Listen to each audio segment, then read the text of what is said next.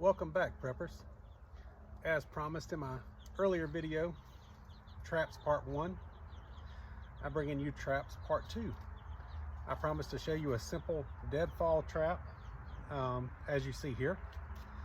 I came out here this afternoon in the cold winter to set up a demonstration for you. I found a little hickory stick and whittled out the essential pieces to make a simple figure 4 trap.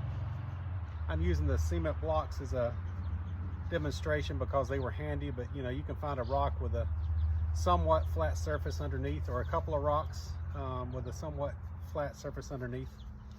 But anyway, I'm going to show you how to make this. I will demonstrate the effectiveness first off, then I'll step back and show you the making of this video. So you can see it does look like a number 4. Obvious reason they call it a number 4 trap, or a figure 4 trap. But you can see the rock is all supported on this one single little trigger piece here, or not trigger piece, but support piece connected to the trigger piece. I've got it sharpened down there. You could use that for bait. You could smear it with something if you had it, whatever the case may be. But the principle is that you would have this trap and you would want to kind of restrict your prey's movement. So you might want to take some some bark or some twigs or something that's not going to set it off, rocks, something just to kind of stack up and kind of block them in, so that they would have to come in here one way and try to get the bait. And as they're up under here trying to get it, the trigger trips, the weight or the rock falls on the prey. You come out the next morning or that afternoon to find breakfast or dinner waiting for you under the rock. So let's get into the nitty-gritty of it, and I'll show you the different components and what you would have to whittle out yourself. And hopefully you can leave this video better prepared to take care of yourself in a survival or desperate situation. All right, folks, so the figure 4 trap has 3 essential pieces. You need some kind of sturdy wood. Dry wood is probably a little bit easier to work with. This is actually still semi-green hickory that I had left over laying around. So, you're going to start with your post stick. Just needs to be a strong enough stick to support the weight you're looking to support. I like to put pretty much a flat end on the bottom that's going to be on the ground, stable. And the easiest way to explain the top is going to be like a flathead screwdriver.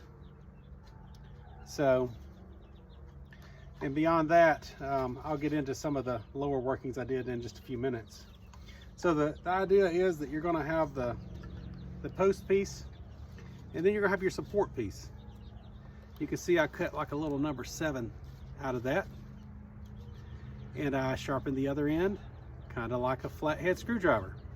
So the principle is you've got the post, the little figure 7 hooks onto the post here, and then you have the flathead screwdriver that is also going to be flat in line with the little 7.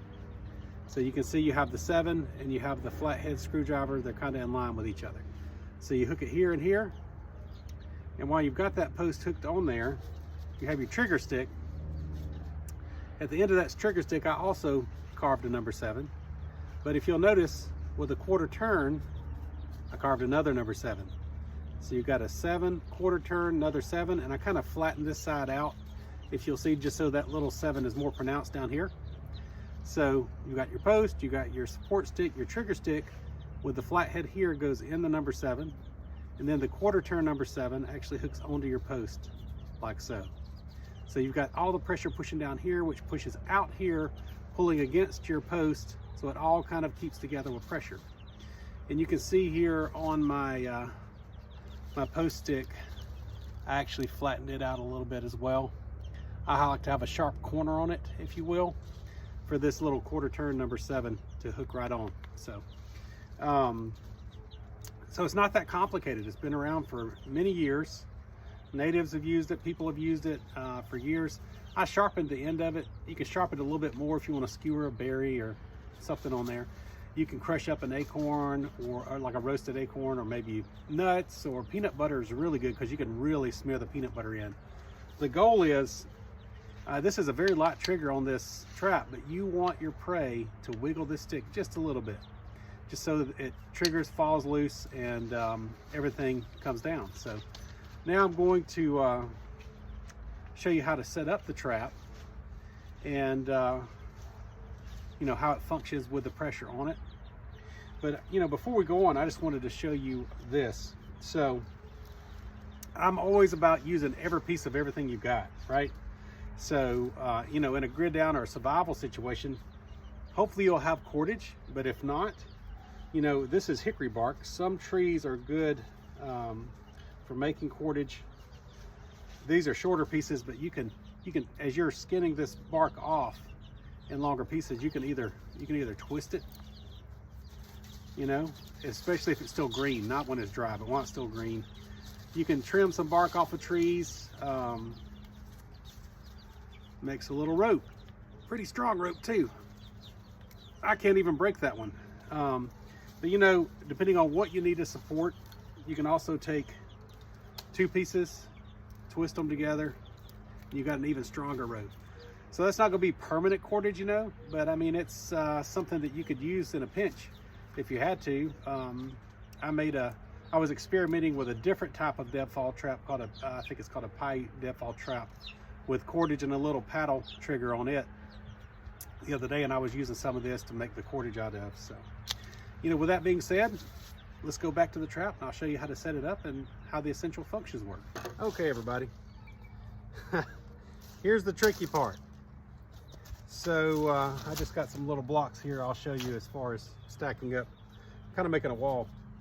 This can be the most frustrating part. I encourage you to take your time. Don't let it frustrate you.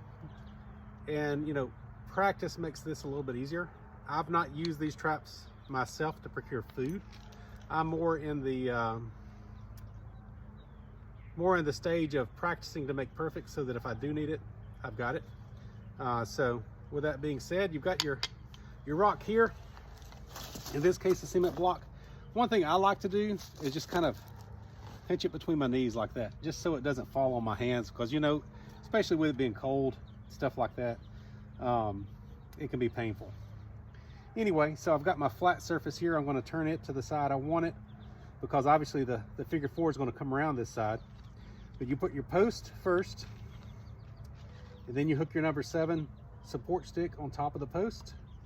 Remember, you have your number 7 back here on the back side, which the support stick will go in, and then you open it all up and hook your trigger with a 1/4 turn 7 back here on the trigger stick. And holding it like this doesn't often work easily, so I tend to try get the 4 straight and then catch up here if you can. You see what I mean?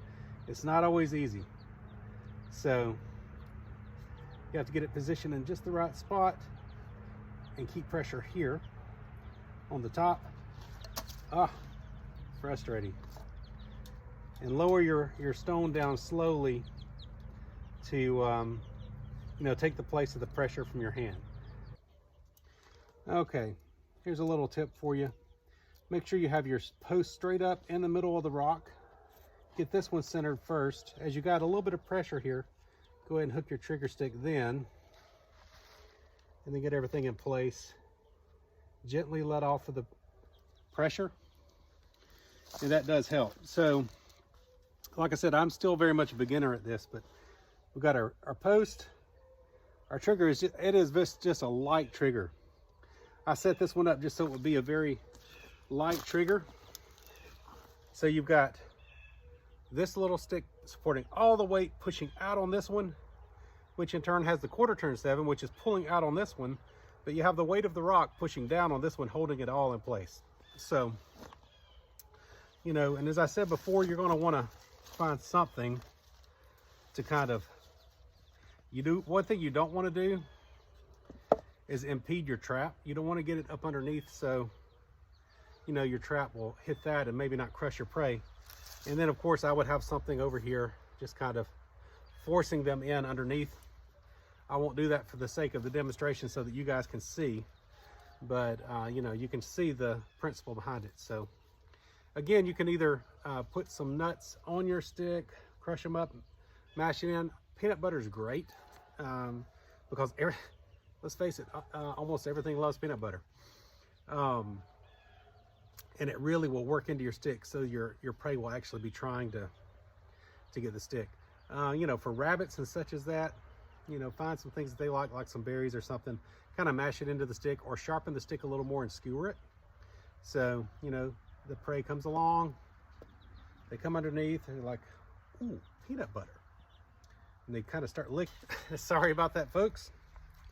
The wind decided to come along and topple over our video. So, the principle is, you know, you've got your bait on the trigger stick back here underneath, and you know, your prey comes along and you're like, ooh, dinner, and they start nibbling and the whole thing falls and crushes them. So there you have it. That's the, you know, the basic figure 4 deadfall trap.